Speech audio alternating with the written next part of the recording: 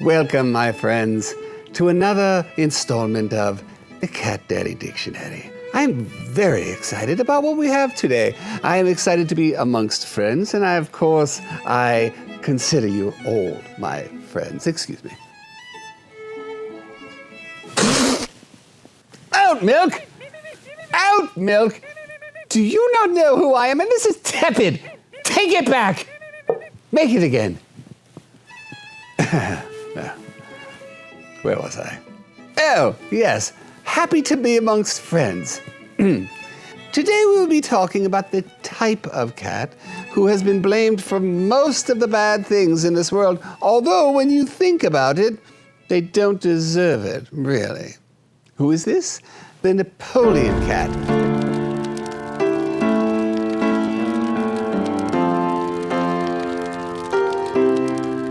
Who is the Napoleon Cat? Let us contact the Cat Daddy Dictionary, shall we?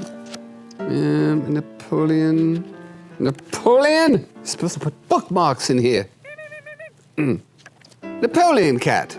See Napoleon Complex. Napoleon Complex. A domineering or aggressive attitude perceived as a form of overcompensation for being physically small or short. Not used technically. See Napoleon Cat. Okay, let's go to Napoleon Cat, shall we? Napoleon Cat. A cat who is so territorially insecure that they overcompensate for perceived deficiencies with extreme reactions.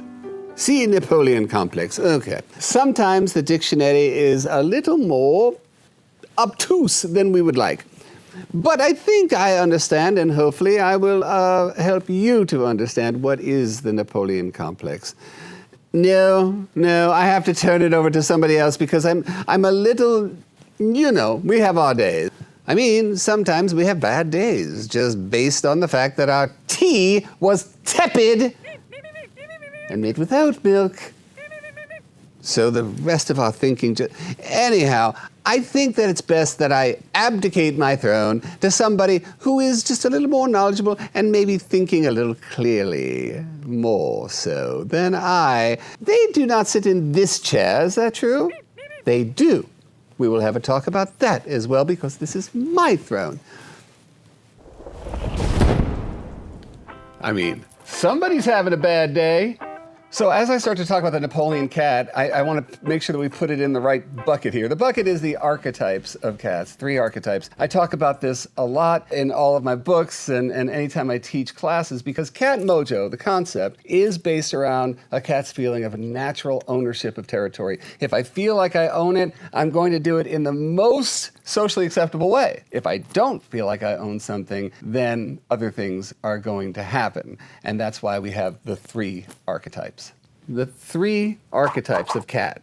Right in the middle, we have the Mojito Cat. I call the Mojito Cat because I always imagined that when you knock on the door, the cat will greet you at the door with a tray of drinks. That's a cat that walks right up to you. Doesn't matter who you are. You're a perfect stranger. They walk in, they do the figure 8s around your legs, they rub up against you, they do a little bit of this. That is as if to say, welcome. My house is your house. I totally trust you. I have this intrinsic confidence in my territory that I own it. On this side of the Mojito, we've got the Wallflower, and we have done a video on the Wallflower right up there, so go ahead and watch that. Of course, the Wallflower, because the Wallflower feels like they don't own anything, so they hide, they go under things, they make themselves as small as possible just because they don't want to be discovered. They're almost like they feel like they're squatters. And then, on this side, today's topic, the Napoleon.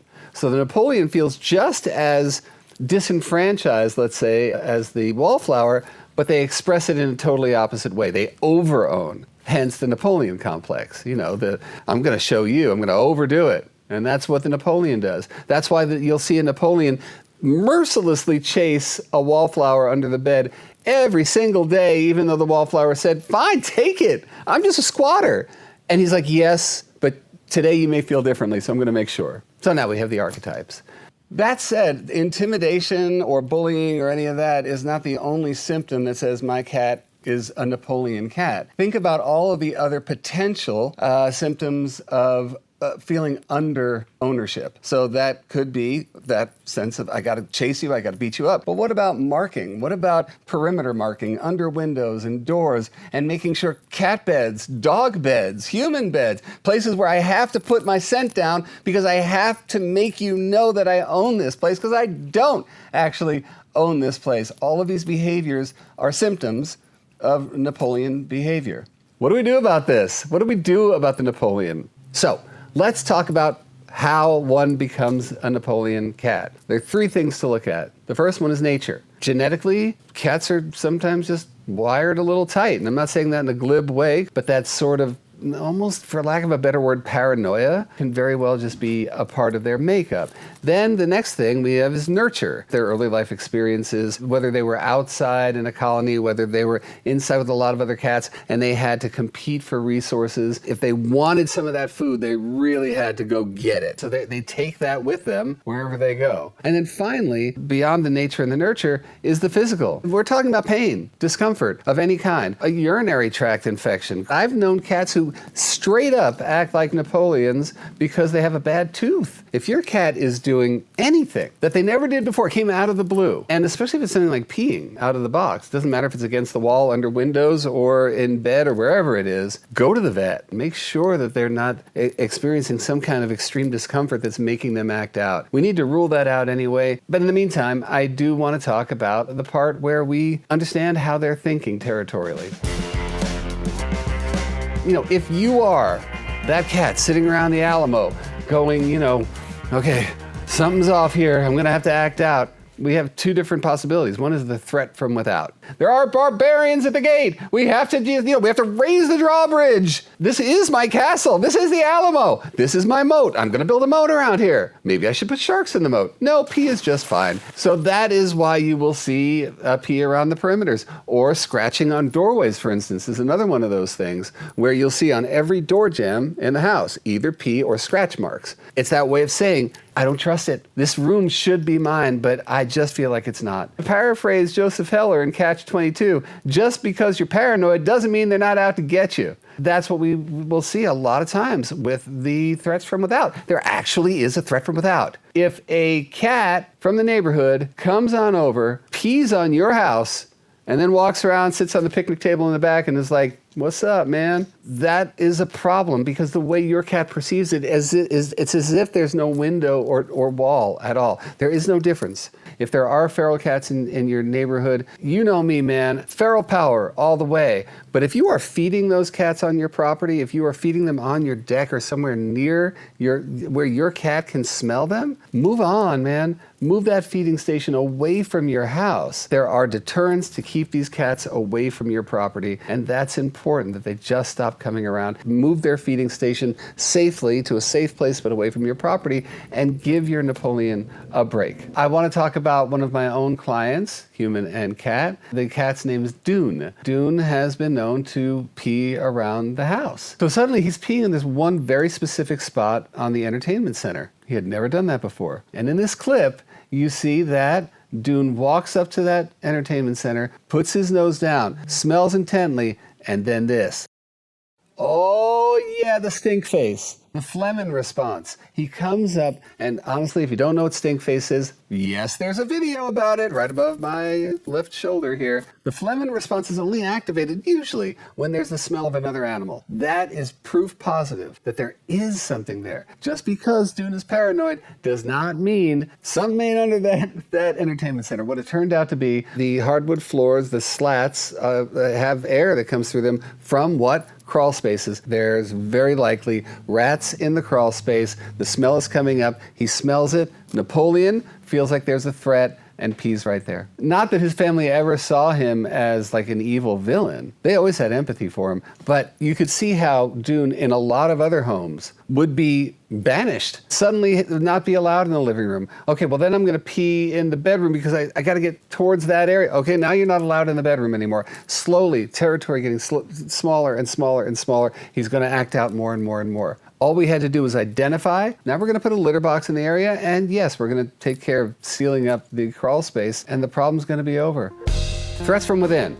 one of the big things is resources. You know, I just saw Frankie over there eat from my bowl. That's my bowl, Frankie, so I'm gonna beat the hell out of Frankie. Chase Frankie away. Chase Frankie on top of the fridge, and Frankie's not coming down until breakfast tomorrow. There's a video about this, shocker, that I'll link down in the description about why we put all of our cats' bowls in a row and they eat right on top of each other. Food is an incredibly important resource. And if, let's say, we have 5 cats and 5 bowls all grouped together like that, that makes that one area a little overly important. So we want to just spread out those resources.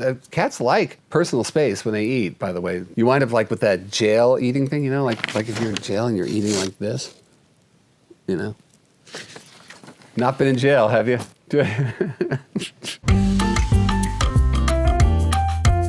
Spreading out litter boxes. You know, I've put you guys through the ringer before when I'm telling you how many litter boxes you should have in the house, and you wind up with 5 of them back to back in the garage, like it's a beach in there. We want to spread out litter boxes for that same reason. Scent is so important to your cats, not just about where they eliminate, it's about where their scent is. And imagine how much better it is, both from threats from without and in, if you put a litter box near that window, near that door. Now he's allowed to put down his scent in a productive way, and also he has a source of ownership to sort of delineate what's his when it comes to the other cats in the house. And then all forms of catification. I mean, knowing what your cats need in terms of environmental enrichment, creating lanes of traffic, scent soakers, beds and cat trees, and anything where your cat lays on it, they basically imbue it with their scent. Because by doing that, then everyone can sort of start taking turns and we establish a group scent. And it's a gentle way of telling your Napoleon that you actually do live with a bunch of other cats and you're kind of gonna have to deal with it, but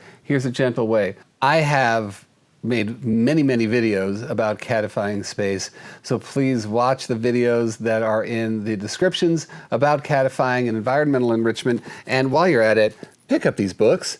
Catification, Catify to Satisfy, written with my design compadre, Kate Benjamin, and really, everything I talk about and really wonderful visual examples of it, all right here, so please check that out.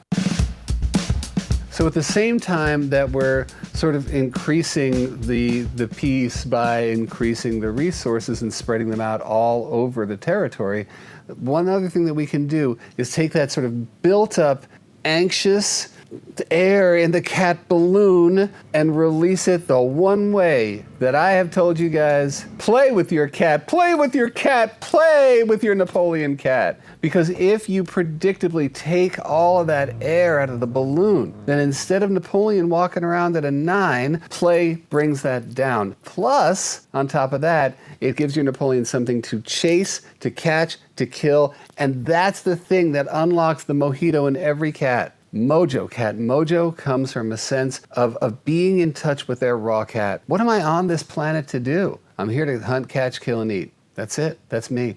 And if I know that, then I own it. Just like I'd say about wallflowers, if you're playing with a wallflower and they kill that toy right in the middle of the floor. We took them out from the wall, right in the middle of the floor, and the second they kill that thing in that spot, they own that spot. And I've put together, curated the bully bundle, everything that your Napoleon really does need to bring down the energy, bring up the mojo, and spread the ownership around the house. Check it out right now at jacksongalaxy.com.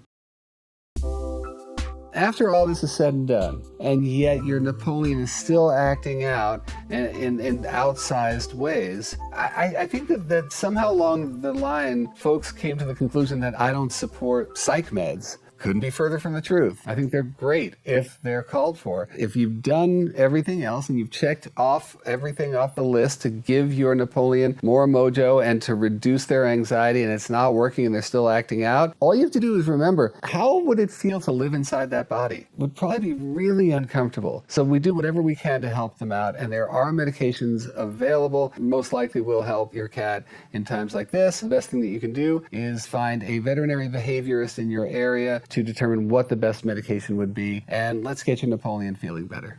The point is that when it comes to a mojito cat, I want you to remember that not every mojito is like, tripping the light fantastic down the middle of the living room floor. what is your cat's version of Mojito? What is their most confident self? I think it's really important that we circle back and remember that the feeling of under ownership when it comes to Wallflowers or over ownership when it comes to Napoleon is all about that lack of cat mojo, that connection to the raw cat who says, I'm good. I've got my mojo because I feel confident that I own this turf right here. I don't have to prove anything. So again, whether it is bullying or beating up or perimeter marking around windows and doors or really important socially significant areas like cat beds, dog beds, human beds, couches. Don't forget, these are all symptoms of a lack of a sense of natural ownership, that lack of natural cat mojo. There's much that we can do about it, but just remember, it's anxiety. It's not just revenge, like your Napoleon is trying to get back at you or anybody else. It's a feeling of vulnerability, of anxiety, mental anguish, and let's do everything that we can possibly do to get our Napoleons back to center, back to being their best mojito selves. All right, you all, don't forget, the Cat Daddy Dictionary is ever growing, but we're always kind of looking around for new things to define, and that's what the comments are for down below, so please make sure to leave us a comment. See you guys next time. All light, all love, all mojo to you.